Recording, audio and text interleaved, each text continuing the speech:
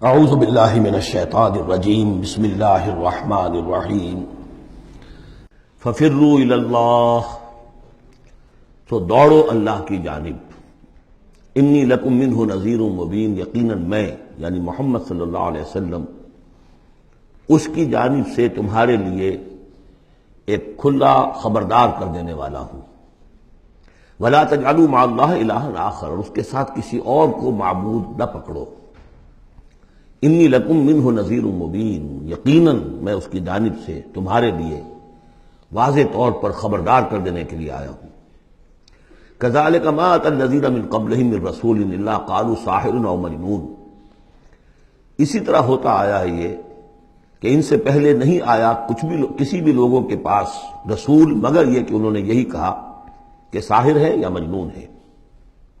اتواصوا بہ، کیا وہ وصیت کر کے گئے تھے؟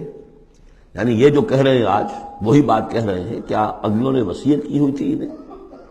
بل ہم قوم طاغون، لیکن حقیقت میں یہ لوگ ہیں سرکش، اپنے حدود سے تجاوز کرنے والے۔ فتول عنہم فما انت بملوم، تو اے نبی صلی اللہ علیہ وسلم آپ ذرا ان کی طرف سے اپنی توجہ کو پھیر لیجئے۔ یعنی وہ اگر اعراض کر رہے ہیں، انکار کر رہے ہیں، استہزاء کر رہے ہیں، تمسخر کر رہے ہیں، آپ کو شاعر، ساحر، مجنون، معلم جو کچھ کہہ رہے ہیں، آپ ذرا اپنی توجہ ان کی طرف سے ہٹا لیجئے۔ فتول عنہم فما انت بملوم، آپ پر کوئی ملامت نہیں ہے، یعنی کہ اگر یہ لوگ نہیں مانتے تو آپ کے اوپر کوئی الزام نہیں ہے۔ آپ دیکھیے جو لوگ سننا چاہتے ہو، سمجھنا چاہتے ہو، جاننا چاہتے ہو، ماننا چاہتے ہو، ان کی طرف توجہ مبذول فرمائیے۔ وذکر فإن الذکریٰ تنفع المؤمنین، تاہم آپ تذکیر کرتے رہیے، یاد دہانی کرتے رہیے، اس لیے کہ یہ تذکیر، یہ یاد دہانی، یہ نصیحت، یہ تعلیم، یہ تلقین، یہ تبلیغ اگر ان کے حق میں مفید نہیں ہو رہی تو اہل ایمان کے حق میں مفید ہو رہی ہے، ان کے ایمان میں اضافہ ہو رہا ہے۔ جو بھی نئی صورتیں نازل ہو رہی ہیں، جو بھی اللہ کی طرف سے آپ مزید انہیں آیات سنا رہے ہیں، اس سے اہل ایمان کے ایمان میں اور ازادگی ہو رہی ہے، افزونی ہو رہی ہے۔ وما خلقت الجن والانس الا لیعبدون، اور میں نے نہیں پیدا کیا جنوں اور انسانوں کو مگر صرف اس لیے کہ میری بندگی کریں۔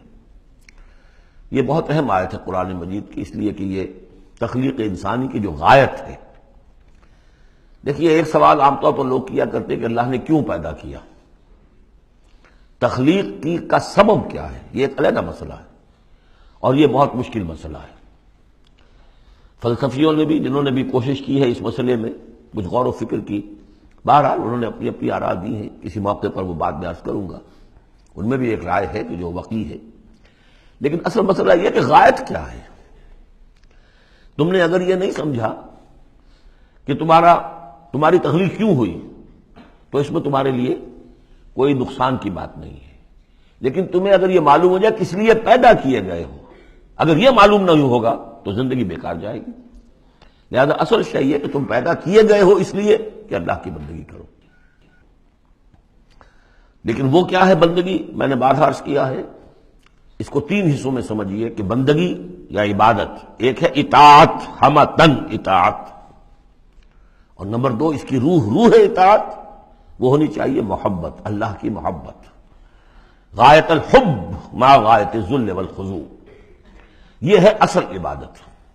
باقی کچھ مراسم عبادت ہیں کہ جس میں کہ اللہ تعالیٰ کے سامنے انسان اپنی عاجزی کے اظہار کے لیے قنوت ہے، دس بستہ کھڑا ہونا ہے، جھک کر کھڑے ہونا، پھر سجدہ ہے، رکوع ہے، حمد کے ترانے ہیں، نماز ہے، جو بھی شکلیں ہیں، یہ مراسم عبودیت ہے۔ اصل عبادت کیا ہے؟ ہمتن اللہ کی اطاعت، اس کی محبت کے جذبے سے سرشار ہو کر۔ اب اس کے جو تقاضے ہیں اور موجودہ حالات میں ہم کیسے اس سے عہدہ برا ہو سکتے ہیں؟ کفر کا غلبہ ہے، نظام تو ہر جگہ کافرانہ ہے، یہاں بھی کافرانہ نظام ہے، اسلامی نظام تو نہیں ہے نا۔ ہم مسلمان ہیں انفرادی طور پر، نظام تو کافرانہ ہے، اب کیا کریں؟ ہمارا زیادہ ہم کہہ سکتے ہیں کہ ہم اپنی زندگی کے 10-15% میں اللہ کی اطاعت کر رہے ہیں، باقی ہماری پوری زندگی اجتماعی جو نظام ہے اس کے ساتھ جکڑی ہوئی ہے، تو اب اس کی کیا صورت ہو؟ وما خلقت الجن والانس الا لیعبدون، میں نے نہیں پیدا کیا ہے انسانوں اور جنوں کو مگر اس لیے کہ میری بندگی کریں۔ اسی کو شیخ سعدی نے کہا ہے، زندگی آمد برائے بندگی، زندگی بے بندگی شرمندگی، چاہے اور آپ نے کچھ بھی کر لیا ہے، ڈھونڈنے والا ستاروں کی گزرگاہوں کا اپنے افکار کی دنیا میں سفر کر نہ سکا، آپ نے ساری جو ہے اکتشافات کر لیے، ایجادات کر لی، بندگی نہیں ہے تو زندگی جو ہے بیکار گئی، ضائع ہو گئی۔ ما اريد منهم من رزق، میں ان سے کسی رزق کا طالب تو نہیں ہوں، وما اريد ان يطعمون، نہ میں یہ چاہتا ہوں کہ یہ مجھے کچھ کھلائے پلائیں۔ ان اللہ هو الرزاق ذو القوة المتین، تو اللہ خود ہے رزاق جو سب کو رزق دیتا ہے، قوت والا ہے، مضبوط ہے، اسے کسی کی طرف سے کوئی احتیاج ہے ہی نہیں۔ فإن للذین ظلموا ذنوبا مثل ذنوب اصحابهم فلا يستعجلون، جب ڈول جو ہے پانی کا جب پوری طرح بھر جائے اسے کہتے ہیں ذنوب۔